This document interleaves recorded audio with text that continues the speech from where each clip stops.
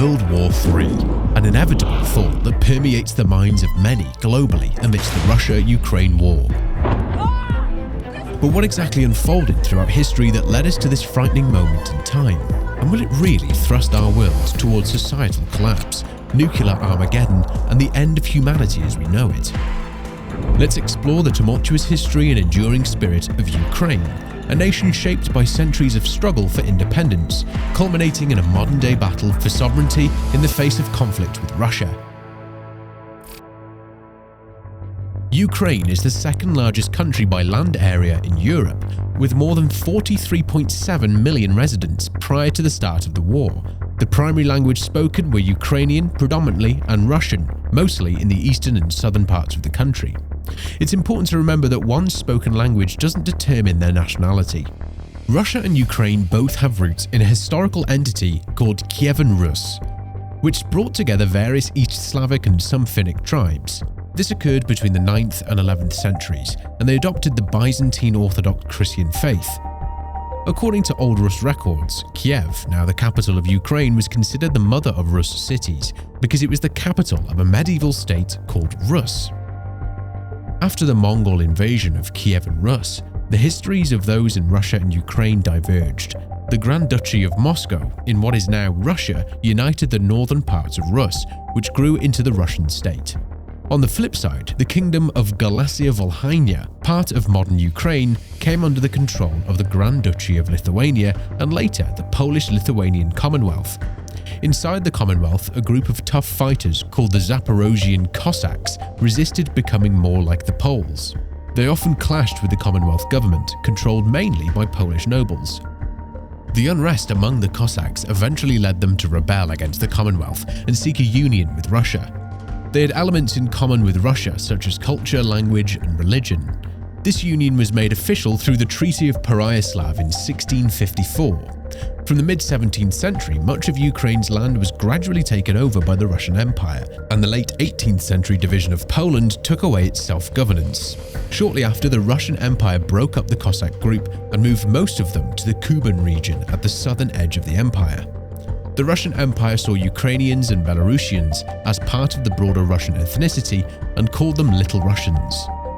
This view was only challenged by a small group of Ukrainian nationalists up until the end of World War I.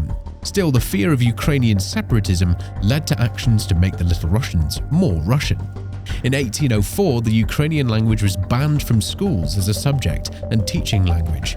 In 1876, an order known as Ems Ukaz, issued by Alexander II's secretary, prohibited most Ukrainian language books, public performances, lectures in Ukrainian, and even the printing of Ukrainian texts in musical scores. As a modern nation, its story started during World War I in 1917. At that time, Ukraine briefly became an independent nation, the Ukrainian People's Republic. However, the borders and even the existence of this new country were always in question. Between 1917 and 1921, there was a war between the Ukrainian People's Republic and the Bolsheviks, who were taking control of Russia. In January 1919, just after World War I ended, the Bolsheviks attacked Ukraine and eventually defeated the Ukrainian People's Republic. Ukraine then became one of the Soviet Socialist Republics in the newly formed Union of Soviet Socialist Republics. One of the leaders during the Bolshevik invasion of Ukraine was Joseph Stalin. He became the leader of the Soviet Union in 1929. Stalin was determined to suppress any movements for Ukraine independence. He tried to erase the Ukrainian language and culture using various harsh methods. Two of Stalin's policies significantly impacted the history of Ukraine. First, there's the Holodomor, which is what Ukrainians call it. In 1932 and 1933, millions of Ukrainians died from starvation because of Stalin's farming policies. Food was taken from Ukrainian homes and fields and sent to other parts of the Soviet Union, particularly the industrial centers. In English, this period is sometimes called the Terror Famine, to stress that it wasn't caused by bad weather or crops failing. It was a choice made by the Stalin regime. They did this to punish Ukrainian farmers who didn't support Stalin's vision of the Soviet Union. The suffering during the Holodomor was immense, with roughly 1 out of every 8 Ukrainians dying in just 2 years. Another lasting policy from Stalin was forced deportations. He forcibly moved millions of citizens because Stalin wanted to discourage independence movements. The entire native Tatar population was forced out of their homes in the Crimean Peninsula. Many Ukrainians were sent away, some to prison camps in Siberia, and many Russians were moved against their will to various parts of the Soviet Union, including Ukraine. This had a significant and long-lasting impact on the cultural, ethnic, and linguistic diversity of a large region in Eurasia, from Lithuania to Kazakhstan. In 1991, when the Soviet Union was falling apart, Ukraine decided to conduct a vote called a referendum to determine if it should become an independent country. An incredible 92% of citizens voted for independence, which was supported in every part of Ukraine. So, for the past 30 years, Ukraine has been its own recognized nation on the global stage. In 1992, Ukraine voluntarily gave up more than 3,000 tactical nuclear weapons. Later, in 1994, Ukraine signed the Budapest Memorandum on Security Assurances Agreement with the US, the UK, Russia, France, and China. As part of this deal, Ukraine agreed to eliminate the rest of its nuclear weapons and join the Treaty on the Non-Proliferation of Nuclear Weapons, or NPT. This agreement prohibited Russia, the United Kingdom, and the United States from using force or threats against Ukraine, except in self-defense or as allowed by the United Nations Charter. By 1996, Ukraine had transferred all of its Soviet-era strategic nuclear warheads to Russia. In 2003, Russia attempted to bring Ukraine under a new economic partnership called the Single Economic Space, which Russia was leading. But this caused problems, especially when Viktor Yushchenko was the president of Ukraine. Some issues came up, like disputes over gas with Russia. These problems were linked to Ukraine becoming more intertwined with the European Union and wanting to join NATO, a military alliance. In the 2009 gas conflict, Russian media often painted Ukraine as a pushy and money-hungry country looking to befriend Russia's rivals and take advantage of cheap Russian gas. The aspirations of both Ukraine and Russia continued to be at odds with one another.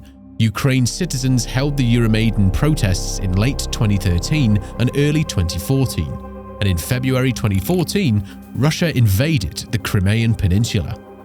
Russian-controlled armed groups took over government buildings in the Donbas region in May 2014. Unmarked Russian forces occupied areas around Ukraine's Crimean Peninsula, and Russia later illegally annexed the peninsula. At the same time, pro-Russia separatists in eastern Ukraine fought against the Ukrainian military for control of that region. These events marked the start of the Russo-Ukrainian War. The significant escalation of this war unfolded on February 24, 2022, as Russia launched an extensive military attack across a large swath of Ukraine. Ukraine seized all formal talks with Russia, thus leading Russia to add Ukraine to its list of unfriendly countries. The devastation from this modern-day war has been unfathomable and infamously stamped into history as the largest, most destructive ground war to occur in the European region since World War II. It's estimated that in 2022 alone, around 81,000 individuals lost their lives due to the conflict. We can't say precisely how many of these casualties were civilians versus soldiers or Ukrainians versus Russians, as data at the moment is unreliable. However, the scale of casualties is immense. The economies of Russia and Ukraine were both adversely affected significantly. By now, we can see that independence isn't easy considering the struggles Ukraine has endured. Ukraine in and of itself means borderlands, which highlights its very struggle for independence. This struggle is both cultural and historical in nature, as many Ukrainians have family in Russia. It's also economic, as Ukraine has maintained ties with Russia for resources like energy, oil, and natural gas. Ukraine has been heavily dependent on these imports from Russia because at times, Russia sold them at lower prices to gain influence in Ukraine. However, it's tough for a country like Ukraine to maintain a healthy relationship with Russia, given the tumultuous history between both countries. Over the past 30 years, Ukraine, a nation currently with a democratically elected Jewish president, has been an internationally recognized independent nation.